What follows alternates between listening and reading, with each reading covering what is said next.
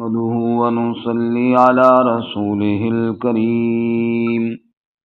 أما بعد فأعوذ بالله من الشيطان الرجيم. بسم الله الرحمن الرحيم. والذين هاجروا في الله من بعد ما ظلموا لنبوئنهم في الدنيا حسنة وَلَأَجْرُ الْآخِرَةِ أَكْبَرُ لَوْ كَانُوا يَعْلَمُونَ. الَّذِينَ صَبَرُوا وَعَلَى رَبِّهِمْ يَتَوَكَّلُونَ. وَمَا أَرْسَلْنَا مِن قَبْلِكَ إِلَّا رِجَالًا نُوحِي إِلَيْهِمْ فاسألوا أهل الذكر إن كنتم لا تعلمون. بالبينات والزبر وأنزلنا إليك الذكر لتبين للناس ما نزل إليهم ولعلهم يتفكرون. والذين هاجروا في الله، اور وہ لوگ جنہوں نے ہجرت کی اللہ کی راہ میں، من بعد ما ظلموا، اس کے بعد جو ظلم کیے گئے، لنبوئنہم فی الدنیا حسنہ، ہم ضرور ٹھکانہ دیں گے ان کو دنیا میں اچھا، وَلَأَجْرُ الْآخِرَةِ أَكْبَرُ، اور آخرت کا اجر تو بہت بڑا ہے، لَوْ كَانُوا يَعْلَمُونَ، کاش کہ وہ اس بات کو جان لیتے۔ الذین صبروا، وہ لوگ جنہوں نے صبر کیا، وعلی ربہم یتوکلون، اور اپنے رب پر بھروسہ کرتے تھے۔ وما ارسلنا من قبلک، اور نہیں بھیجے ہم نے آپ سے پہلے، الا رجالا، مگر مرد، نوحی الیہم، ہم وحی کرتے ان کی جانب، فاسألوا اہل الذکر، پس پوچھ لیجئے اہل ذکر سے، یعنی اہل علم سے، ان کنتم لا تعلمون، اگر تم نہیں جانتے تو، بالبینات والزبر، واضح دلائل اور صحیفوں کے ساتھ، وانزلنا الیک الذکر، اور نازل کیا ہم نے آپ کی جانب نصیحت کو، لتبین للناس، تاکہ خوب بیان کیا جائے لوگوں کے لیے، ما نزل الیہم، جو نازل کیا گیا ان کی جانب، ولعلہم یتفکرون، اور تاکہ وہ غور و فکر کریں۔ سبحان ربک رب العزت عما یصفون، وسلام علی المرسلین، والحمد للہ رب العالمین۔ اللہم صل علی محمد وعلی آل محمد، کما صلیت علی ابراہیم وعلی آل ابراہیم انک حمید مجید۔ اللہم بارک علی محمد وعلی آل محمد، کما بارکت علی ابراہیم وعلی آل ابراہیم انک حمید مجید۔ معزز سامعین، سورۃ النحل کا چھٹا رکوع آیات نمبر 41 سے لے کر 44 تک تلاوت کی ہیں۔ اللہ رب العزت ان کے مطابق صحیح بیان کی توفیق عطا فرمائے، اور ہمیں قرآن و سنت پر عمل کرنے کی توفیق عطا فرمائے۔ اس سے قبل گزشتہ سبق میں ہم نے پڑھا کہ منکرین قیامت کا تذکرہ ہوا، کہ وہ قسمیں کھا کر کہتے ہیں کہ موت کے بعد کوئی زندگی نہیں ہے، حالانکہ اللہ تعالیٰ کے لیے دوبارہ پیدا کرنا کوئی مشکل نہیں ہے۔ ہر کیف قیامت کا قائم ہونا ضروری ہے تاکہ اختلافات کے اصل فیصلے ہو جائیں، اور فرمایا انما قولنا لشیء اذا اردناہ ان نقول له کن فیکون۔ اللہ کے لیے کون سا کام مشکل ہے، بس وہ ارادہ فرماتا ہے تو کام ہو جاتا ہے۔ آج کے سبق میں مہاجرین کے لیے خوشخبری ہے، جنہوں نے اللہ کے نبی صلی اللہ علیہ وسلم کی دعوت کو تسلیم کیا اور تسلیم کرنے کے بعد ان پر آزمائشیں آئیں، حتیٰ کہ ان کو ہجرت کرنا پڑی، کبھی حبشہ کی جانب اور کبھی مدینہ منورہ کی جانب۔ گھر بار چھوڑنا کوئی آسان کام نہیں، لیکن اگر گھر بار سے کوئی نکالے تو پھر اور ہی زیادہ مشکل کام ہے۔ کرائے کے مکان والے کو، جو کرائے میں رہتا ہو، اس کو مالک مکان کہے کہ مکان خالی کر، تو اس کے لیے بھی پریشانی ہوتی ہے، اور جس نے اپنی محنت سے مکان بنایا ہو، جب اس کو کہا جائے کہ یہ چھوڑ کر چلا جا تو خود سوچو نا کتنی بڑی اذیت اور تکلیف کا باعث ہے۔ لیکن صحابہ کرام رضوان اللہ تعالی علیہم مجمعین، ان کی خصوصاً جو مہاجرین ہیں، ان کی عظمت پہ قربان جائیں کہ اپنے گھر، اپنے مکانات، سب کچھ خود تیار کیا ہوا، لیکن اللہ کی رضا کے لیے سب کچھ چھوڑ کر چلے گئے۔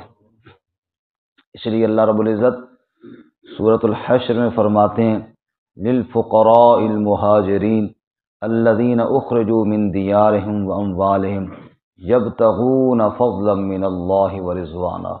وہ فقراء مہاجرین جن کو ان کے مکانات سے نکال دیا گیا، ان کے گھروں سے نکال دیا گیا، بظاہر تو تم نے دیکھا کہ گھر چھوڑ کر چلے گئے، لیکن دل کو میں اللہ نے دیکھا، اور دل کی گواہی میں اللہ دیتا ہوں، یبتغون فضلا من اللہ ورضوانا، یہ جو کچھ انہوں نے چھوڑا یہ سب میرے فضل اور میری رضا کے لیے کیا، اور میری راہ پر قربانی دے کر گئے ہیں، دنیا کا کوئی مقصد ان کے سامنے نہیں تھا۔ تو یہاں پر ان کے لیے بشارت ہے، دنیا اور آخرت کی بشارت ہے۔ فرمایا والذین ہاجروا فی اللہ، وہ لوگ جنہوں نے ہجرت کی اللہ کی راہ میں۔ یہ شرط ہے کہ ہجرت ہو اللہ کی رضا کے لیے۔ حدیث پاک میں آتا ہے، حضور نے فرمایا من کانت ہجرتہ الی اللہ ورسولہ فہجرتہ الی اللہ ورسولہ، جس نے ہجرت اللہ اور اس کے رسول صلی اللہ علیہ وسلم کے لیے کی، اسی کی ہجرت اللہ اور اس کے رسول کے لیے شمار ہوگی۔ کسی نے دنیا کے لیے کی یا کسی عورت سے نکاح کے لیے کی، وہ اس کے لیے ہوگی، لیکن جس نے اللہ کی رضا اور اس کے رسول صلی اللہ علیہ وسلم کی اتباع کے لیے کی ہے، اصل ہجرت کرنے والا وہی ہے۔ لوگ تو ہجرت کرتے رہتے ہیں، دنیا کے لیے بھی کرتے رہتے ہیں نا جی، اور میں نہیں، جس نے ہجرت اللہ اور اس کے رسول کے لیے کی۔ والذین ہاجروا فی اللہ، اور وہ لوگ جنہوں نے ہجرت کی اللہ کی راہ میں، من بعد ما ظلموا، اس کے بعد جب ان پر ظلم کیے گئے، آگ کے انگاروں پر لٹایا گیا، گلے میں رسی ڈال کر گھسیٹا گیا، تپتے ہوئے صحراؤں کے اندر لٹا کر اوپر پتھر رکھ دیے گئے، یہ سارے ظلم برداشت کرتے رہے، اور بالآخر گھر بار چھوڑ کر اللہ کا نام لے کر ہجرت کرنے کے لیے روانہ ہو گئے۔ فرمایا من بعد ما ظلموا، ظلم سہتے رہے، پھر گھر بار چھوڑ کر نکل گئے، لنبوئنہم فی الدنیا حسنہ، اللہ فرماتے ہیں ہم ضرور ان کو دنیا کے اندر بھی اچھا ٹھکانہ عطا فرمائیں گے۔ کیسا اللہ نے ٹھکانہ عطا فرمایا؟ حبشے میں ان کی کیا جان پہچان تھی؟ حبشے میں ان کی کیا جان پہچان تھی؟ وہ عیسائی مسلک کے تھے، یہ وہاں جا کر پناہ گزین ہوئے، اور اہل مکہ شکایت لے کر بھی گئے، لیکن اللہ تعالیٰ نے شاہ حبشہ کے دل میں ایمان ڈال دیا، اور اس نے ان کو کہا تم جتنا مرضی، جتنا دل مرضی یہاں ہمارے ملک کے اندر رہو، رب نے ٹھکانہ عطا فرمایا۔ اسی طرح مدینہ منورہ میں دیکھو، ان کے ساتھ ان کی کیا رشتہ داریاں تھیں، لیکن انہوں نے اپنی جائیدادوں میں ان کو حصے دے دیے۔ کرتا ہے کوئی کسی کو اپنی جائیدادوں میں، سگے بھائی کو دینے کے لیے جس کا حصہ بنتا کوئی تیار نہیں ہوتا، تو ان انصار نے مہاجرین کو اپنی جائیدادوں میں حصے دے دیے، کاروبار میں شریک کر لیا۔ رب فرماتا ہے لَنُبَوِّئَنَّهُمْ فِي الدُّنْيَا حَسَنَةً، اصل میں تو میں اللہ نے ٹھکانہ دینے کا وعدہ کر رکھا تھا۔ اللہ کہتے ایک بکری، اس کے پیچھے نا بھیڑیا لگ گیا، وہ بھاگی، پیچھے وہ بھاگتا گیا، آگے کوئی کیچڑ تھا، کوئی دلدل تھی، اس کے اندر بکری نے چھلانگ ماری تو ظاہر پھنس گئی، پیچھے پیچھے بھیڑیا بھی بھاگتا ہوا گیا تو وہ بھی پھنس گیا۔ اب وہ قریب قریب ہیں، بھیڑیا اس تک پہنچ نہیں سکتا، لیکن ہیں بالکل قریب قریب، دونوں پھنسے ہوئی ہیں۔ تو بکری بھیڑیے کو دیکھ کر ہنسنے لگی، تو بھیڑیا کہنے لگا کہ ہنس کیوں رہی ہے؟ پہلے تو بڑی بھاگ رہی تھی، تو اب انہوں نے کہا ہنس اس لیے رہی ہوں، پھنس میں بھی گئی ہوں اور پھنس تو بھی گیا، لیکن میرے تو ایک سائیں ہے جو میرا رکھوالا ہے، میری نگرانی کرنے والا ہے، وہ ڈھونڈتا ڈھونڈتا ابھی پہنچ جائے گا اور مجھے نکال کر لے جائے گا، اور تو ہے نگو ساواں سمجھتے ہو؟ بے قسمہ سمجھ آئی؟ تیرے پیچھے کون آئے گا؟ پہلی بات ہے تو آئے گا ہی کوئی نہیں، اگر کوئی آیا بھی تو چار چھتر مارے گا تجھے اور ہی۔ تو کہنے کا مطلب یہ ہے کہ مصیبتوں میں بندے پھنستے رہتے ہیں، لیکن جو اللہ والے ہوتے ہیں پھر اللہ ان کو نکالتا بھی ہے۔ سبحان اللہ۔ سمجھ آئی نا؟ جو اللہ والے ہوتے ہیں اللہ ان کو نکالتا بھی ہے۔ رب کہتا ہے یہ آزمائش تو آئی، گھر بار چھوڑا، سب کچھ کیا، لیکن پھر کیا، لَنُبَوِّئَنَّهُمْ فِي الدُّنْيَا حَسَنَةً، دنیا میں بھی میں نے ان کو ٹھکانہ عطا فرمایا اور بہترین ٹھکانہ عطا فرمایا، اور وَلَأَجْرُ الْآخِرَةِ أَكْبَرُ، اور آخرت میں کیا دینا چاہتا ہوں وہ تو تمہاری سوچ سے بھی بالا تر ہے۔ وَلَأَجْرُ الْآخِرَةِ اکبر، آخرت کا اجر تو بہت بڑا ہے، لیکن میں نے دنیا میں بھی اپنے بندوں کو کبھی لاوارث نہیں چھوڑا۔ سبحان اللہ۔ لو کانوا یعلمون، کاش کے لوگ اس بات کو سمجھ لیتے، جو اللہ کے نام پر نکلتا ہے اللہ کبھی اسے دنیا میں رسوا نہیں ہونے دیتا۔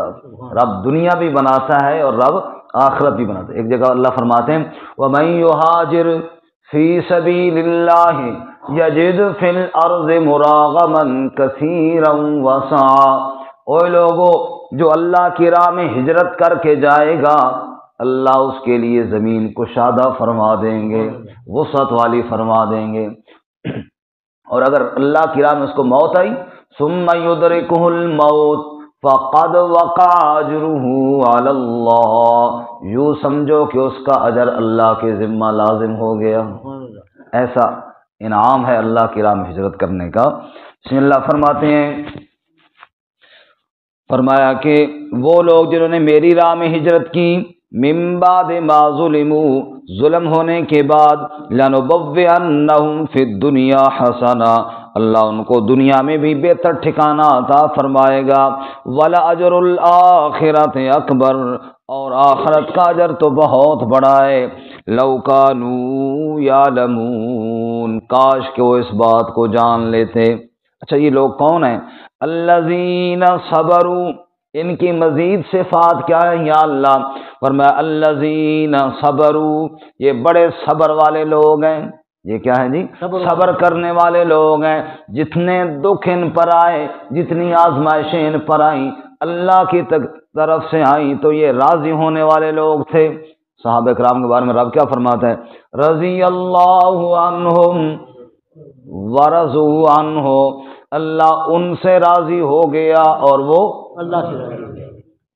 رضی اللہ عنہم ورضوا عنہ، کبھی اس پہ غور کرے نا، اللہ راضی ہو گیا، بھائی اللہ تعالیٰ تو راضی ہو جاتا ہے۔ اگر ایک آدمی نے زندگی گزاری ہو کفر میں، 100 سال کے قریب ہو گیا ہو، آج سچے دل سے توبہ کرے اللہ اسی وقت راضی ہو جاتا ہے۔ سبحان اللہ۔ اللہ تو رضی اللہ تو بڑا آسان ہے، ورضوا عنہ بڑا مشکل ہے کہ بندہ اللہ پہ راضی ہو جائے، وہ دکھ دے، وہ تکلیفیں دے، وہ فاقے دے، پیٹ پہ پتھر باندھے ہوں، پھر بھی کہیں الحمدللہ یا اللہ میں تجھ پر راضی ہوں۔ رب فرماتا ہے جیسے میں ان پر راضی تھا ایسے وہ بھی مجھ پر راضی تھے، ان کو میں نے جتنی تکلیفیں دیں کبھی کسی نے شکوہ میرا نہیں کیا، ہر وقت میری حمد اور میری تسبیح میں لگے رہے۔ حضرت بلال رضی اللہ تعالیٰ عنہ کو سارا دن ریت پر لٹا کر اوپر پتھر رکھا جاتا ہے، رات کو کوڑے مارے جاتے ہیں، بدن چھلنی ہو جاتا ہے، اور وہ امیہ وہ ظالم جو ظلم کرتا ہے پھر وہ پاؤں کی ٹھوکر مار کر پوچھتا ہے اب بھی رب کا نام لے گا، تو بلال کہتا ہے جتنا مجھے لطف اب آ رہا ہے نا پہلے کبھی آیا ہی نہیں تھا۔ یہ ہیں اللہ کے فیصلے پر راضی ہیں، الذین صبر، ایسے صبر کرنے والے اور اپنے رب پر بھروسہ کرنے والے، وعلی ربہم یتوکلون، اور دوسری صرف وعلی ربہم یتوکلون، اور اپنے رب پر بھروسہ کرنے والے، اور جو اللہ پر بھروسہ کرے اللہ اس کو کبھی ناکام نہیں ہونے دیتے۔ وَمَن يَتَوَكَّلْ عَلَى اللَّهِ فَهُوَ حَسْبُهُ، جو اللہ پر بھروسہ کرے اللہ اس کو کافی ہو جاتے ہیں۔ وَمَا أَرْسَلْنَا مِن قَبْلِكَ إِلَّا رِجَالًا نُوحِي إِلَيْهِمْ، اب ایک سوال کا جواب ہے۔ سوال یہ ہے کہ رسول اللہ صلی اللہ علیہ وسلم رسول کیسے بن گئے؟ یہ بھی جناب ہماری طرح کھاتے پیتے ہیں، بازاروں میں جاتے ہیں، ہمارے رشتہ دار ہیں، تو یہ کیسے رسول بن گئے؟ رسول ہوتا تو کوئی فرشتہ ہوتا۔ جواب دیا وما ارسلنا من قبلک الا رجالا، ہم نے آپ سے پہلے جو بھی رسول بنائے سارے مرد ہی تھے۔ سارے کیا تھے جی؟ مرد تھے، مرد ہی، کوئی عورت رسول نہیں بنی۔ ہمارے وہ ساتھ سنا رہے تھے، شناختی کارڈ بنوانے کے لیے بیوی کا بندہ گیا تو اس نے پوچھا بھائی آپ کے لیے کا کیا نام ہے؟ ناظرہ والے نے انہوں نے کہا میری بیوی کا نام ہے رسول بی بی۔ کیا نام ہے؟ رسول بھی اس نے کہا ہاں جنا معاف کر، اللہ تعالیٰ کوئی عورت رسول نہیں بنائی، تو رسول بی بی کا تو کر ڈال دیے۔ رسول سارے مرد ہوتے ہیں، ما ارسلنا من قبلک الا رجالا، اللہ کہتے ہیں ہم نے مرد بنا کر بھیجے، تو رسول بی بی کے تو کاٹ کے لایا جنے۔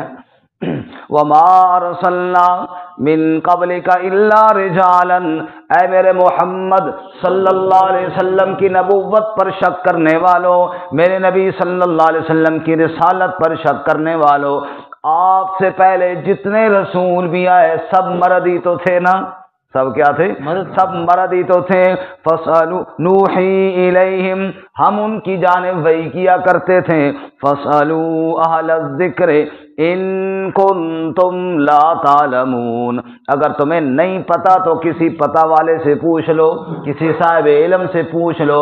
آپ صلی اللہ علیہ وسلم سے پہلے جتنے رسول آئے سب مردوں میں سے آئے، کوئی جن رسول نہیں آیا اور کوئی عورت رسول نہیں ہے۔ اور اللہ تعالیٰ فرماتے ہیں نا 15 اس بارے میں وما منع الناس ان يؤمنوا اذ جاءهم الهدى الا ان قالوا ابعث الله بشرا رسولا، اکثر لوگ اس وجہ سے نبوت کا انکار کر دیتے ہیں، وہ کہتے ہیں اللہ نے بشر کو رسول کیوں بنایا؟ اللہ نے جواب میں فرمایا قُل لَّوْ كَانَ فِي الْأَرْضِ مَلَائِكَةٌ يَمْشُونَ مُطْمَئِنِّينَ لَنَزَّلْنَا عَلَيْهِم مِّنَ السَّمَاءِ مَلَكًا رَّسُولًا۔ اے میرے محبوب صلی اللہ علیہ وسلم آپ جواب دیجئے، اگر زمین میں فرشتے رہتے ہوتے ہم آسمان سے فرشتے کو رسول بنا کر کے بھیجتے، لیکن چونکہ انسان رہتے ہیں اس لیے ہم نے رسول بھی انسانوں میں سے بھیج۔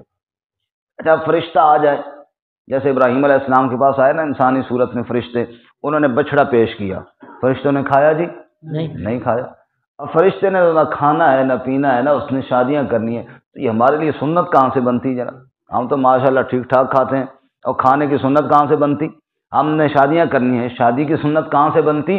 اللہ نے کرم فرمایا، اللہ نے انسانوں میں سے رسول بنایا جو ایک ایک کام کرتا گیا، امت کے لیے سنت بنتا چلا گیا۔ حضرت سیدنا علی المرتضیٰ رضی اللہ تعالیٰ عنہ سے پوچھا غیر مسلم نے کتنا وقت عبادت کرتے ہو؟ فرمایا ہم تو ہر وقت ہی عبادت میں رہتے ہیں، 24 گھنٹے عبادت میں رہتے ہیں۔ کھانا پینا تمہارا کوئی نہیں ہے؟ کہا سب کچھ ہے، لیکن ہم کھانا پینا اس طرز پر کھاتے ہیں جو طرز ہمارے نبی صلی اللہ علیہ وسلم نے ہمیں بتائی ہے، تو نبی کی سنت پر ہم کھانا کھائیں تو اللہ اس کھانے کو بھی عبادت بنا دیتے ہیں۔ سبحان اللہ۔ دیکھو جی یہ پتھر ہے، اس کو اگر آپ چومیں تو ثواب ملے گا؟ لوگ کہا کہ بیوقوف آدمی بٹے نے چمدا پہ، حجر اسود کو چومنے کے لیے لائن لگی ہوتی ہے پھر بھی باری نہیں آتی، اور چومنا کتنا اجر ہے؟ وہ کیوں اجر ہے کہ میرے نبی صلی اللہ علیہ وسلم نے چوما ہے، بس جو طرز نبی صلی اللہ علیہ وسلم کی ہے وہ طرز اختیار کرنے پر اجر ملتا ہے اور ثواب ملتا ہے۔ نبی صلی اللہ علیہ وسلم کی ادائیں اللہ تعالیٰ کو پسند ہے اور امت کے لیے ثواب بنا دیا گیا ہے۔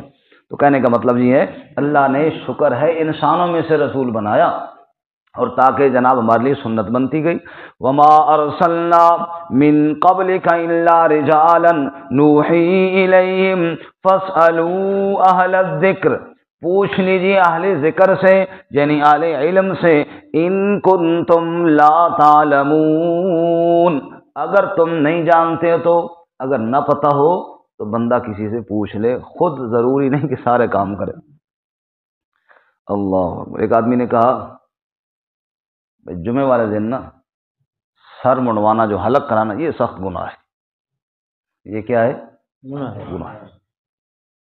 اچھا جی بالکل حدیث پاک کے آ گیا جمعے والے نے اسٹینڈ کرایا نا وہ بڑا سخت منع، حضور نے منع فرمایا۔ وہ کسی اور صاحب علم سے بات ہوئی تو انہوں نے کہا بھائی وہ حلق جو ہے نا وہ یہ حلقہ ٹینڈ کرانے کو نہیں، ہلکا بنانے سے حضور نے منع کیا۔ نہا رسول اللہ صلی اللہ علیہ وسلم عن الحلقۃ قبل صلاۃ الجمعہ، حضور نے فرمایا جمعے کی نماز سے پہلے مسجد میں حلقے بنا کر نہ بیٹھے کرو۔ اور حلق ٹینڈ کرانے کو بھی کہتے ہیں نا، اور ہلکا بنانے کو بھی کہتے ہیں۔ اس صاحب نے سمجھ لیا کہ ٹینڈ کرانا جمعے والے دن منع، تو بندہ کسی سے سیکھ لے، پڑھ لے، پھر فائدہ ہوتا ہے نا، ورنہ تو کیا ہے بیڑا غرق ہو جاتا۔ ایک آدمی نے کہا کہ جو آدمی استنجا کرے نا، استنجا، تو وہ وطر پڑھے۔ استنجا کرنے کے بعد کیا کرے؟ وطر پڑھے۔ نہ کہ راتی والے وطر نہیں پڑھے جانے، تو جنے پترا نواں مسئلہ کا ڈاندا ہے کہ استنجے تو بعد بھی وطر بنا پڑے۔ یہ کتوں مسئلہ نکلا؟ اس کا حدیث پاک جب من استجمر فلیوتر، جو بندہ جناب پتھروں کے ساتھ نا استنجا کرے وہ وطر پڑے۔ اس کا یوتر نہ مانا وطر نہ پڑے، لوا وہ ڈھیلے جو ہے نا وہ طاق استعمال کریں۔ اب وطر بھی طاق ہوتے ہیں نا، اس کو وطر اس لیے کہتے ہیں کہ وہ کیا ہوتا ہے، جفت کے مقابلے میں طاق آتا ہے نا، وطر اس کو کہتے ہیں۔ تو وطر نماز بھی چونکہ طاق نماز ہوتی ہے، اس لیے ڈھیلے یہاں پہ طاق استعمال کرنے کا حکم دیا گیا ہے۔ تو وہ نویں کٹا کھول دیتا ہے کہ وطر پڑھے۔ تو فرمایا فاسألوا اہل الذکر ان کنتم لا تعلمون، اگر نہ علم ہو تو کسی علم والے سے، بندہ ہوئے انا، بندہ ہوئے انا، آکے نہیں میں ہاتھ بھی کسی نے نہ پکڑنا، میں چلسا خود ہی، تو پھر کیا ہوگا؟ گرے گا نا، کھڈے میں جائے گا۔ اس لیے کھڈے سے بچنے کے لیے یا بندہ کو بینا ہونا چاہیے، یا نہ بینا ہے تو کسی بینے کا ہاتھ پکڑنا چاہیے۔ بالبینات والزبر، ہم نے آپ سے پہلے انبیاء کو بھیجا، واضح دلائل کے ساتھ بھیجا، صحیفوں کے ساتھ بھیجا۔ وانزلنا الیک الذکر، اور پھر آخر میں باری آئی میرے محمد صلی اللہ علیہ وسلم کی، وانزلنا الیک الذکر، اے میرے محبوب ہم نے آپ کی جانب اس نصیحت کو یعنی قرآن کو نازل فرمایا۔ انا نحن نزلنا الذکر، ہم نے آپ کی جانب ذکر کو نازل فرمایا، ہم نے آپ کو قرآن عطا فرمایا۔ سبحان اللہ۔ فرمایا جیسے ایک عورت کے 4-5 بیٹے ہوں نا، جب ان کی شادی ہوتی ہے وہ اپنا زیور بچا ہوا اپنے بیٹوں کی خوشی پہ لگاتی ہے، بالیاں بیچ دیں اور چوڑیاں بیچ دیں، اور جب آخری بیٹا آتا ہے جو سب سے چھوٹا بھی ہوتا ہے اور سب سے پیارا بھی ہوتا ہے، جو کچھ اس نے بچا کر رکھا تو سارا ہی لگا دیتی ہے، کہتی اس کے بعد میرا اور کون ہے جس کے لیے میں کچھ بچا کے رکھوں۔ رب نے بھی کسی کو صحیفے دیے، کسی کو کتابیں دیں، اور جب آخری نبی آیا نا جو سب سے پیارا تھا، رب نے قرآن اس کو عطا فرما دیا، اور فرمایا انزلنا الیک الذکر، میرے محبوب آپ سے پہلے انبیاء کو ہم نے کتابیں وغیرہ تو دی تھیں، لیکن ہم نے اپنا ذکر، اپنی نصیحت وہ آپ کو عطا فرمائی۔ وَلَقَدْ آتَيْنَاكَ سَبْعًا مِّنَ الْمَثَانِي وَالْقُرْآنِ الْعَظِيمِ، اس لیے پچھلی صورت میں ہم نے پڑھا۔ فرمایا وَأَنزَلْنَا إِلَيْكَ الذِّكْرَ، ہم نے آپ کی جانب نصیحت یعنی قرآن کو نازل کیا۔ کیوں نازل کیا؟ فرمایا لِتُبَيِّنَ لِلنَّاسِ، تاکہ اس کو آپ بیان کریں لوگوں کے لیے۔ قرآن کے آنے کا مقصد کیا ہے؟ لِتُبَيِّنَ لِلنَّاسِ، تاکہ آپ بیان کریں، سمجھائیں لوگوں کو، مَا نُزِّلَ إِلَيْهِمْ، جو ان کی جانب نازل کیا گیا، وَلَعَلَّهُمْ يَتَفَكَّرُونَ، تاکہ وہ اس میں غور و فکر کریں۔ تو قرآن اس لیے نازل ہوا کہ لوگوں کے سامنے بیان کیا جائے اور لوگ اس میں غور و فکر کریں کہ اللہ تعالیٰ نے ہمیں حکم کیا دیا۔ صرف برکت کے لیے نہیں ہے، صرف برکت کے لیے نہیں ہے، صرف ثواب کے لیے نہیں ہے۔ میں نے کئی دفعہ عرض کیا، بات ختم کروں، کہ جناب برکت کے لیے ہم پڑھ رہے ہوتے ہیں اور اس دکان میں پڑھ رہے ہوتے ہیں جس میں ناپ تول میں کمی کی جاتی ہے۔ قرآن کہتا ہے ویل للمطففین، ناپ تول میں کمی کرنے والوں کے لیے ہلاکت اور بربادی ہے۔ تو کہہ رہے ہیں جی بس جی پڑھا گیا جی، دعا کر دو جی، وہ تو ہو گیا، لیکن قرآن نے جو کہا ہے اس پہ بھی ذرا غور کرو نا، لعلہم یتفکرون، اس پر بھی غور کرو۔ تو العلماء ورثۃ الانبیاء، علماء انبیاء کے وارث ہیں۔ نبی کی ڈیوٹی کیا ہے؟ لِتُبَيِّنَ لِلنَّاسِ مَا نُزِّلَ إِلَيْهِمْ۔ تو آج علماء کی ڈیوٹی بھی یہ ہے کہ وہ جو اللہ تعالیٰ نے نازل کیا اس کو بیان کریں۔ اللہ ہم سب کو عمل کی توفیق عطا